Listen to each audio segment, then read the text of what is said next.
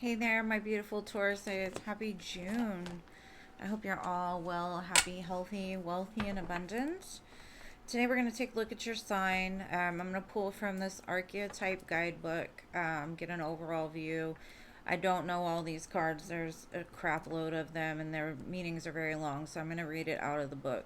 If you would like to continue to see the mid-months or soul connection readings, please make sure to like, comment, show your girls some love, because the top 6 will be the ones that I record for the mid-months. So if you're interested, make sure to do so. Alright, I'm only taking the top cards because they're long. Okay, so we've got the vow. Very pretty. It's got the dove. Let's see what it means to you. Give me a minute while I look it up, please. And I gotta wear glasses because my eyesight is terrible. So let's see. The vow.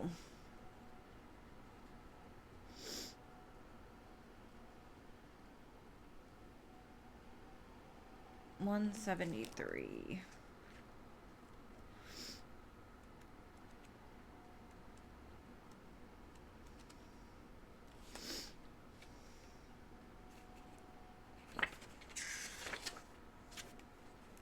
Did I get it wrong?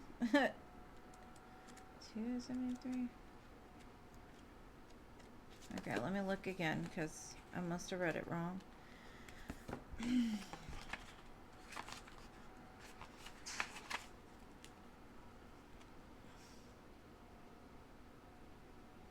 $173.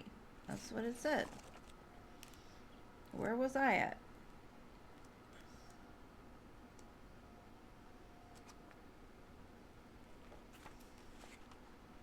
Okay, there we go. So, when the vow is spoken, the air shifts. Karmic ties are formed and destiny tilts on its axis. Our words and intentions have immense power. There is a reason that great mythic stories of our past often include the recitation of oaths and the mixing of drops of blood as the mark of union. The tricky part is that reciting the vow, no matter how casually, activates the eternal and unseen forces of the world. The ancestors bear witness, the laws of nature respond. These promises cannot be unsaid or forgotten, so breaking them can leave lingering complexities and loose ends. This card calls us to acknowledge the vow we are living by, unconsciously or consciously, and either recommit to it or create a ritual that signifies its closure. You've been underestimating the power of your promises. Ew. I don't know why I said ew, but yeah. Okay, let's see what this is about. I'm getting a very strong energy of a soul tie or soul bond that's kind of run its course and it needs some type of closure or recommitting to it. We'll see what the tarot has to say, but please excuse my ew. Let's see what this is going on for my Tauruses.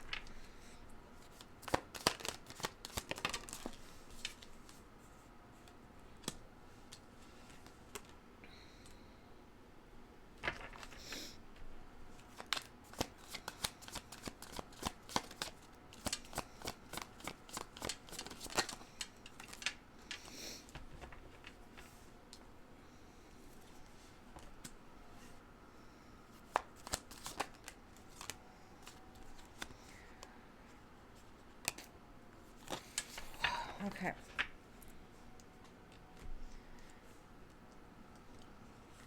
I'm going to kind of use that as the format of what the reading is for, right? What I'm getting is you have invested a lot into some kind of vow that you've made in life. Something you've said, whether that be casually or, like they say, unconsciously, consciously. And this investment is keeping you from fully getting into this Empress energy. because the Empress doesn't settle, the Empress does not attach to anything, that doesn't give her what is reciprocated.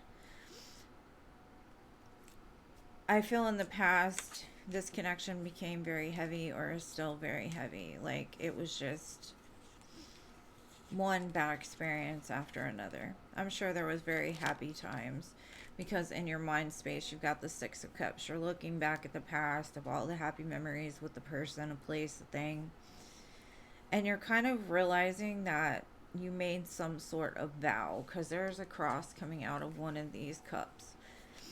um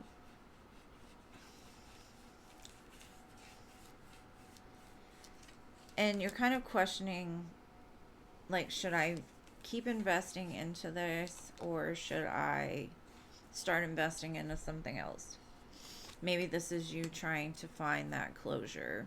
Maybe just making a simple vow of closure is needed, because in the future I've got the World. In the World, you cannot get to the World without leaving something behind, right? The World is brand new. You've got to fully complete a cycle. You've got to make it around and around and around till you learn the lesson and are ready for something new. And I kind of feel in the near future you're recognizing this. Let me get some clarifiers on here just to kind of clarify, but it's pretty cut and dry to me, honestly. Because, yeah, what's clarifying the Seven of Pentacles is the Four of Cups, the Empress, and the Knight of Swords. So this is basically telling me you've been sitting there waiting for something, not really embracing the power that's within you, because you've been thinking too much about a situation that didn't work out. This is a person that's in and out, kind of reckless, not the very nicest with words, and you're recognizing that it's keeping you from getting to this place, right? Because, like I said, the Empress doesn't settle, the Empress does not wait, she does not chase, she attracts. And you're sitting in this place of looking at it like, what is the investment that's been put into me?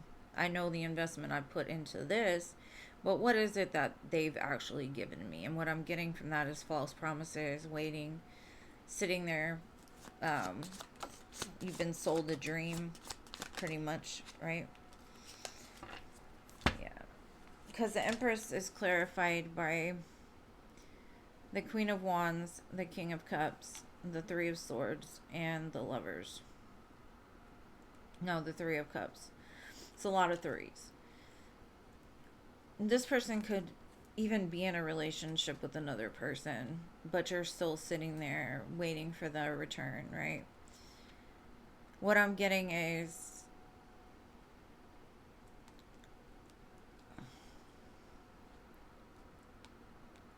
the reason why you have not let this go is because it's gonna hurt. It may be freeing, it may be even a reason to celebrate, but it is gonna hurt to be done. Because I feel that Tauruses are very hard-headed, and one of my best friends is a Taurus, so I know this. When they say something, they're fixed to it. They don't change, right? And when they do change, it changes forever.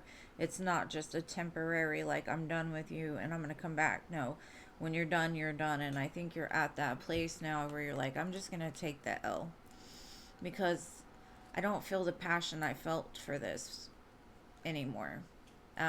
They're not giving me what it is I need. I'm sitting here wasting my life, pretty much. This Taurus says, I'm an Empress. I don't, like I said, I don't chase, I attract. And so I need to let this go, even if it will hurt. You have a lot of love for this still. I do see that. A lot of passion. But even in the cards, they have their back turned to you. So it'll probably hurt you right now more than it's going to hurt them. But in the long term, in the long run, if the connection is as strong as what you're telling me, they will recognize the loss, right? And by then it's going to be a little too late. So let's see what this Ten of Wands is in the past.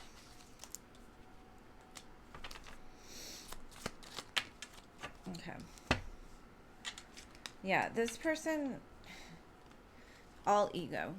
This person was a Knight of Wands. They did what they want when they wanted to, but they played the victim. Like, life did everything to them. Life made them act the way that they did. They had an excuse for everything because they let the ego take control.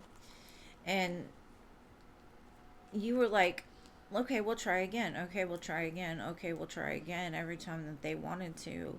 And it just left you with nothing really except for bandages and wounds that now you're having to clean up. And unfortunately, like I said, this Eight of Coins is clarified by the Tower, the Chariot, and the Six of Swords. This is basically like you having to admit to yourself that it's done, it's gone, it's over with, you deserve better, and that you're moving forward, because all that it's left you with is sadness and pain and conflict and fear and apathy and not enjoying the life that you have. And so I do see you moving past this, as hard as it's going to be to, because I see that your mind was fixed on something for a very long time. You're like, this is what it's going to be. This is what it has to be. I could see it. I know it. I envisioned it. I'm manifesting it. But having to tell yourself that you've been wrong the whole time is a very hard thing. And especially when it comes to our own egos, we don't want to admit loss, right? We don't want to admit that it's done, it's over with, and that we have to move towards something else. Because then we have to admit to ourselves that we've been lying to ourselves for a long time, you know? And that's kind of why that tower has to fall. It has to fall because I feel for this Taurus, you've been saying for the longest time they're going to come back. They're going to realize, they're going to change, all of these things. And I'm not saying you're leaving forever. I'm saying that you are accepting the defeat. You know what I'm saying? You're taking that L and you're moving forward. That's what I see, right? And for me, it's not an L if this person doesn't give you what it is that you need. Because the Six of Cups says, this was heavy. This was a burden. It was too much. Even if you envisioned your happily ever after with this person, right? It wasn't ever getting to this Four of Wands, King of Wands. Because you're telling me, like, it got too heavy carrying this person, right? And waiting for them to offer this. And so it's time to take the L. Now, that's not to say that they're going to come back in a different energy. No, it's accepting that right now it's not what it is, and you're opening yourself up to something else, a new idea, a new life. Because honestly, sometimes we're our own worst enemies, and we self-sabotage in certain ways, like going after things when we're in a toxic energy. And we tell ourselves, like, we're going to make the difference. We're going to change. We're going to change this person. It doesn't work out like that. So this world basically is saying you got to let go of the fear and the conflict within your own mind. And you've got to embrace the sun and the will of destiny. It wants to change. What I'm seeing is you're being offered something a lot better. But in order to get there, there's going to have to be that release for your own self, right? Reevaluating those vows that you made, whether that be to yourself or to somebody else. Because, like I said, I think for this Taurus, you literally told yourself, this is my end-all, be-all. This is going to be it for me. And once you told yourself that, being a Taurus, you say, that's what it is. I'm not changing my mind. I'm going to stick through it. Good, bad, and ugly. Whether you still see it consciously or unconsciously, that's what it is. And it's like having to face yourself in the mirror and being like, I deserve better. Because in your mind, that's your perfect ending. But why is it the perfect ending if this person isn't given to you what you need? That's where that battle lies, right? So I'm going to look into career, wealth, finances now. Let's see what's coming for you.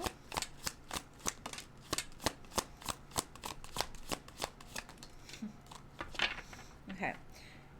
Currently in your life, you're cultivating. You're coming up with brand new ideas. You could be presenting them to other people, showing them a better way of doing things. It says, because of this, because of the seeds that you've planted, your wishes are coming true. It says your wish is being granted, but it may not come in the way you expected it to. No worries. It's just what you need.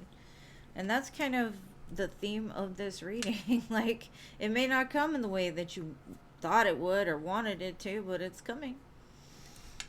So, I'm going to pull from some T cards to end it out.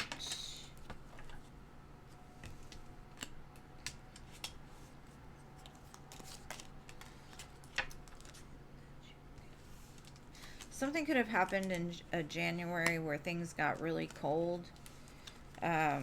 Or somebody's birthday's in January. I've got bridge, successfully overcoming a problem. I do see that. Not unsuccessful plans. And that could be that vow that's keeping you tied up. And then bird flying. News is on the way. So you may be looking for an opportunity and it's coming in. Now let me give you some love cards.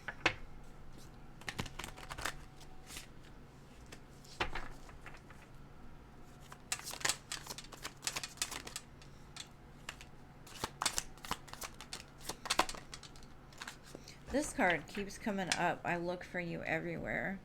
Sunflowers could be of significance, or you could be dealing with a Leo. It says, I need you in my life. Why it's got toilet paper? Maybe this was made in the time of COVID. We definitely need toilet paper in our lives, right? But to me, that's just saying this person needs you in their life because you're like the cleanup of their shit. And that's terrible. This person deals with trauma, childhood wounds, and addictions. This could have been a major blockage in between the two of you. Anyways, that was just some last messages. I love you, my Tauruses. Like I said, if you want a mid-month or soul connection reading, make sure to like, comment, that type of thing. And I love you guys. Thank you for being here and supporting me. And I'll see you in the next one.